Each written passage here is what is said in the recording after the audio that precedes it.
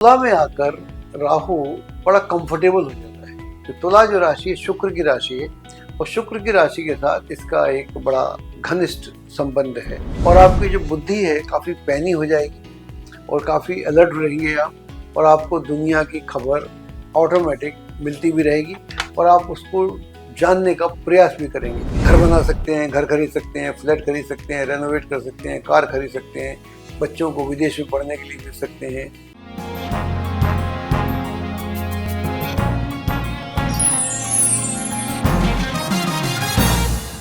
नमस्कार, मैं हूं डॉक्टर अजय भांबी और हम बताने जा रहे हैं तुला यानी लीब्रा राशि का भविष्यफल। और ये भविष्यफल हमने खास तौर से आपके लिए तैयार किया है राहु केतु का जो पदार्पण हो रहा है कुंभ और सिंह राशि में 18 मई 2025 को, और ये आपकी राशि के साथ इसका व्यवहार कैसे रहने वाला है इसकी हम बात आपसे करने वाले हैं। क्योंकि आप जानते हैं कि राहु केतु जो है बड़े महत्वपूर्ण ग्रह हैं और शनि के बाद जो सबसे ज़्यादा समय एक राशि में ग्रह को लेता है, शनि लेता है 2.5 साल आप जानते हैं और राहु लेता है 18 महीने 1.5 साल। तो गुरु तीसरा ग्रह है लेकिन वो 1 साल में आगे निकल जाता है। तो ये चूंकि बड़ा महत्वपूर्ण हो जाता है तो ये आपकी राशि से पंचम भाव में प्रवेश कर रहा है। पंचम भाव में जब ये प्रवेश कर रहा है कुंभ साइन में, तो वहां पर ये प्रवेश करेगा जैसे बोला हमने 18 मई को, और प्रवेश करेगा ये पूर्वा भाद्रपदा नक्षत्र में, यानी गुरु के नक्षत्र में ये पीछे आएगा। वहां पर ये रहेगा 23 नवंबर 2025 तक। उसके बाद वर्ष पर्यंत ये रहेगा सतविषा नक्षत्र में जो इसका अपना नक्षत्र है। यह राहु की स्थिति है। और केतु जो है वो केतु आपकी राशि से वो चला जाएगा 11वें भाव में, चंद्र राशि की हम बात करें, और वहां पर ये रहेगा, वो तो रहेगा तो 1.5 साल इसके साथ ही रहेगा, लेकिन शुरू में जब प्रवेश करेगा तो प्रवेश करेगा ये उत्तरा फाल्गुनी नक्षत्र में, यानी सूर्य के नक्षत्र में प्रवेश करेगा। लेकिन वहां ये बहुत कम समय तक रहेगा और 20 जुलाई को ये और पीछे आता हुआ पूर्वा फाल्गुनी यानी शुक्र के नक्षत्र में आ जाएगा। और जब ये उत्तरा फाल्गुनी में होगा तब वो उसका नक्षत्र होगा सूर्य। तो यह एक टेक्निकल स्थिति है। अब हम जरा इसको समझने का प्रयास करते हैं। तो राहु जो है वो आपकी राशि से पंचम भाव में आ जाएगा। पंचम भाव जो होता है वो क्रिएशन का भाव होता है, बच्चों का भाव होता है, एजुकेशन का भाव होता है, विद्वता का भाव होता है, इंट्यूशन का भाव होता है, नए थॉट्स का भाव होता है, लेखन का भाव होता है, संगीत का भाव होता है, मॉडलिंग का भाव होता है, एक्टिंग का होता है, और कंपटीशन का भाव भी होता है जहां आप कॉम्पीट कर सकें, क्योंकि बुद्धि से ही आदमी कॉम्पीट करता है। चाहे आप स्पोर्ट्स में हो, चाहे आप एक्टिंग में हो, चाहे आप मॉडलिंग में हो, जहां जहां आपको कॉम्पीट करना पड़ता है तो उसका संबंध 5वें भाव से होता है। और राहु चूंकि आपकी जो राशि है जन्म राशि वो है तुला, तो तुला में आकर राहु बड़ा कंफर्टेबल हो जाता है। तो तुला जो राशि है शुक्र की राशि है और शुक्र की राशि के साथ इसका एक बड़ा घनिष्ठ संबंध है।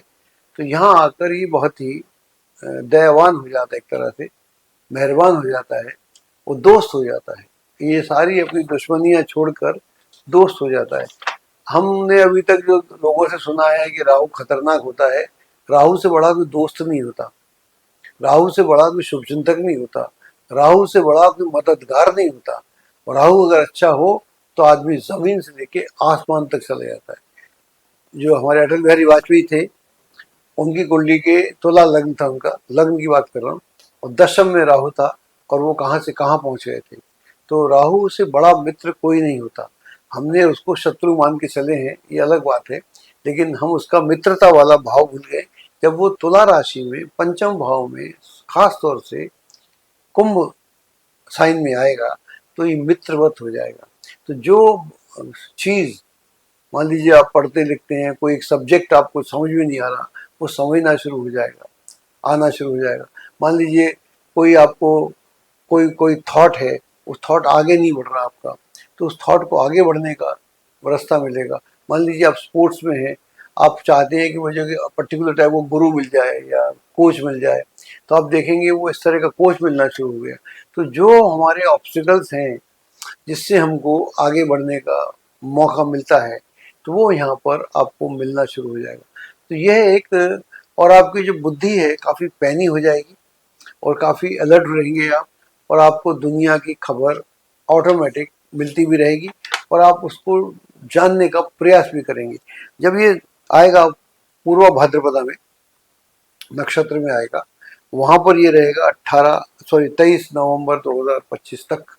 तो यह नक्षत्र चूँकि गुरु का नक्षत्र है, पंचम भाव है, तो यहाँ पर ये बड़ा मित्रवत रहेगा। तो यह समय है, जो भी आपके प्लान्स हैं, जो भी आप क्रिएशन करना चाहते हैं, एग्ज़ाम देना चाहते हैं, कंपटीशन देना चाहते हैं, या विदेश में जाके कुछ करना चाहते हैं, या स्पोर्ट्स में जो भी आपके जहन में बात है जो करना चाहते हैं, उसके लिए आप करेंगे तो आप देखेंगे आपके रास्ते खुलते चले जा रहे हैं, कोई ना कोई आपको गाइड या सपोर्टर मिलता चला जा रहा है। और उसके बाद में जब ये अपने नक्षत्र में आएगा, सप्तमिशा में, इसका अपने ही नक्षत्र है, तो वहाँ पर ये और मेहरबान हो जाएगा, आपकी मदद करेगा, समस्याओं से आपको मुक्ति दिलवाएगा। इस स्थिति में घर बना सकते हैं, घर खरीद सकते हैं, फ्लैट खरीद सकते हैं, रेनोवेट कर सकते हैं, कार खरीद सकते हैं, बच्चों को विदेश में पढ़ने के लिए भेज सकते हैं, और आर्थिक स्थिति में बहुत सुदृढ़ता आएगी। तो कुल मिलाकर यह जो समय है आपके लिए बहुत ही उत्तम समय है, इसका आपको भरपूर उपयोग और आनंद लेना चाहिए। और इसके बाद हम बात करते हैं केतु की। केतु जो है 18 मई को प्रवेश करेगा इसके साथ ही, और ये प्रवेश करेगा उत्तरा फाल्गुनी नक्षत्र में, यानी सूर्य के नक्षत्र में प्रवेश करेगा, एकादश भाव में।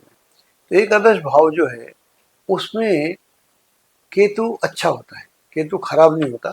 यहाँ केतु अकस्मात धन देता है, अप्रत्याशित कुछ ऐसी डील करा देता है जिसकी आपको कल्पना भी नहीं थी, ऐसे लोगों से मुलाकात करा देता है जो आपके लिए बड़े उपयोगी है, आपने सोचा भी नहीं था।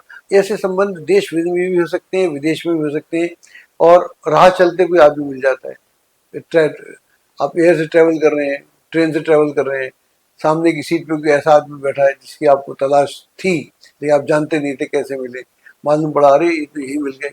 तो अप्रत्याशित शुभ होने की संकेत यहाँ आपको बहुत अधिक मात्रा में दृष्टिगत होंगे।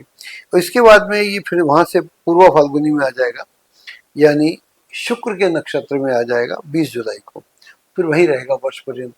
आपके जो राशि का स्वामी है शुक्र है, और केतु शुक्र के नक्षत्र में अगले 3-4 महीने चलने वाला है। इसका मतलब ये हुआ कि ये आपके स्थितियों में और बेहतरी करने के मूड में है। धन, मैंने बोला धन लाभ यहाँ और अधिक हो सकता है, पहले भी हुआ हो, दोबारा भी हो सकता है, तिबारा भी हो सकता है, कोई महत्वपूर्ण डील भी हो सकती है, और यात्राओं का सिलसिला बना रहेगा, देश में भी विदेश में भी। ये जो सारी यात्राएं हैं ये आपके लिए नए आयाम प्रदान करने वाली सिद्ध होंगी। कुछ ऐसी समस्याओं से आपको मुक्ति प्राप्त होगी जिनके सॉल्यूशन आपको मिल नहीं रहे थे।